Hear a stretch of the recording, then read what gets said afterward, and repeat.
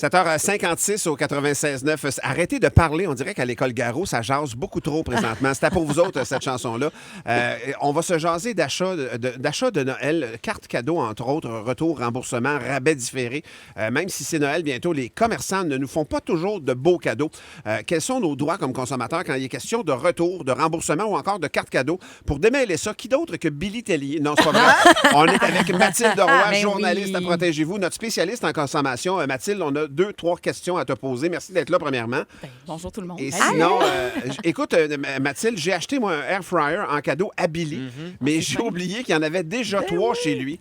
Si je veux le retourner au magasin, est-ce que le commerçant est obligé de me rembourser?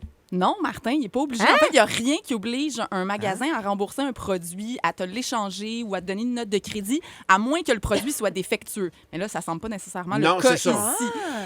Mais souvent, les commerçants vont élaborer leur propre politique de retour, sont libres d'en fixer les conditions. La seule règle, en fait, c'est qu'ils doivent respecter la politique qui est annoncée dans leur magasin ou sur leur site web, sauf si, par exemple, c'est écrit non échangeable, vente finale sur la facture. Donc, c'est important de lire la politique de retour pour éviter les mauvaise surprise. On peut aussi faire, là, en cas de doute, inscrire les modalités de retour sur le reçu.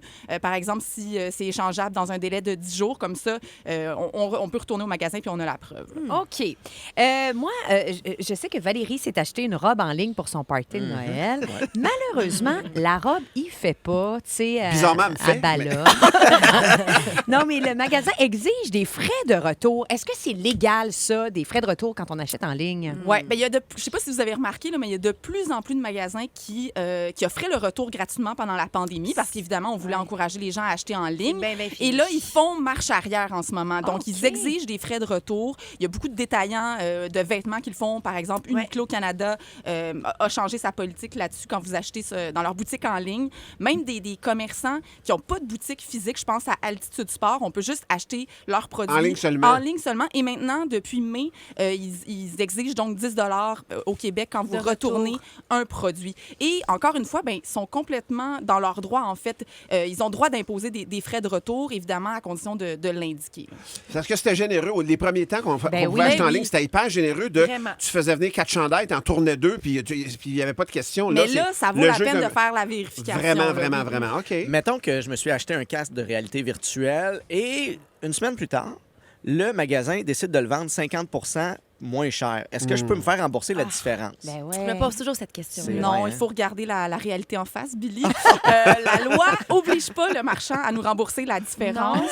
Mais il y a quand même plusieurs magasins qui décident d'avoir leur politique garantie de bas prix, donc ça vaut la peine de regarder. C'est la même chose si vous trouvez un produit chez un autre détaillant moins cher. Ils ne sont pas obligés d'égaler le prix. Mais beaucoup le font, pour vrai. C'est comme donc, systématique. Là. Exactement. Donc, ça vaut la peine de vérifier la politique du magasin quand ça arrive. Il faut poser la question. Moi, je suis trop gênée pour ça. Moi aussi. Moi, je vais assumer pleinement, ça va être tout. Si, par exemple, j'ai offert une Atami, une carte cadeau l'année dernière, mais manifestement, elle l'aimait pas parce qu'elle traîne encore dans le fond de son tiroir. C'était-tu dans un restaurant? J'ai 100 commentaires sur l'endroit. Oui, j'aurais pu acheter une carte cadeau du Pastaga qui, d'ailleurs, ferme le 31 décembre prochain. Vite. Est-ce que les cartes cadeaux, ça peut expirer? Non, une carte cadeau ne peut pas avoir une date d'expiration. Il y a parfois, il y a certaines cartes qui vont afficher mais ça n'a pas date. toujours été ça. Il y en a déjà eu des dates de péremption où tu avais 1 an pour le dépenser, sinon ça s'annulait. Là. Selon la loi, en ce moment, tu n'as plus le droit de faire ça. Tu n'as pas le droit de faire ça. Et parfois, il y a une date limite d'utilisation, par exemple 2 ans après l'achat, mais en fait, il faut juste demander au marchand de changer la carte tout simplement puis de transférer le c'est solde. bon à savoir. C'est quand même bon d'utiliser sa carte cadeau le plus rapidement possible parce que ça arrive des commerçants qui font faillite. Donc, dans ce cas-là, évidemment, souvent, on perd le montant. Bon à savoir, si jamais il reste 5 moins de 5 $ sur votre carte cadeau, on le sait, des fois, c'est difficile de dépenser ce montant-là selon le commerce. Vous pouvez demander au marchand de vous donner en argent comptant. En moins de 5 $, il est obligé de vous le donner. Il est obligé de vous le donner. Wow. Si jamais le service n'existe plus, c'est plus, par exemple, un massage de 45 minutes, mais le commerçant ne l'offre plus, vous avez le droit de soit vous faire rembourser le montant de la carte cadeau ou encore demander un service qui est d'une valeur équivalente. Hey, on te garde avec nous pour vrai. On va se parler de réservation, entre autres, dans un restaurant pour notre party de Noël. Ça, c'est moi qui ai fait ça. Et on se parle de ça, en fait, les tenants aboutissants d'une réservation dans un resto avec Mathilde Roy de Protégez-vous. Oui. Ici, au Puis 96.9, aussi les c'est quoi? délais, quand on commande quelque chose sur l'Internet pour Noël puis que ça n'arrive pas à temps, on a envie de t'entendre là-dessus aussi. Sinon, on va aller en musique tout de suite. C'est Pitbull et Zac Brown, Can't Stop Us Now. Au 96.9, c'est quoi? On est en compagnie de Mathilde Roy Elle de était pas Protégez-vous. accordée, la tienne. Non, elle n'est pas accordée. Jamais ma Oh. trompette. Mathilde, on te pose une question. Je te pose une question. On a réservé dans un restaurant pour notre party de Noël. Ça, c'est de la fiction, là. C'est pas vrai. Donc, on nous demande notre numéro de carte de crédit, puis on nous dit que 50 seront facturés par personne si on ne se présente pas ou si on n'annule pas au moins 2 jours à l'avance. Est-ce légal? Le fameux no-show. Le fameux no-show, oui, c'est vraiment une pratique qu'on voit de plus en plus, surtout quand on réserve en ligne. Puis effectivement, les restaurateurs font ça pour dénoncer ce fléau-là, des gens qui négligent, oublient d'annuler leur réservation. Puis évidemment, ça a toutes sortes de conséquences là, sur les restaurants. Et il y a l'Association Restauration Québec qui réclame en ce moment un changement dans la loi, justement pour autoriser ce genre de pratique-là, parce que en ce moment, pour répondre à ta question, Martin, en fait, un restaurateur peut demander un numéro de carte de crédit, il peut même exiger un acompte, mais il ne peut pas retenir des frais sur votre carte de crédit si jamais vous ne vous présentez pas au restaurant. C'est la même chose pour les salons de coiffure, pour les salons esthétiques. C'est pas conforme, en fait, à la loi. Ouais. Donc, si jamais ça arrive, on vous facture pour pas vous être présenté au restaurant, bien, vous pouvez toujours demander une rétrofacturation à votre émetteur. L'annulation de... Oui, l'annulation de la transaction parce que on vous a facturé pour un service que vous n'avez pas eu, en fait.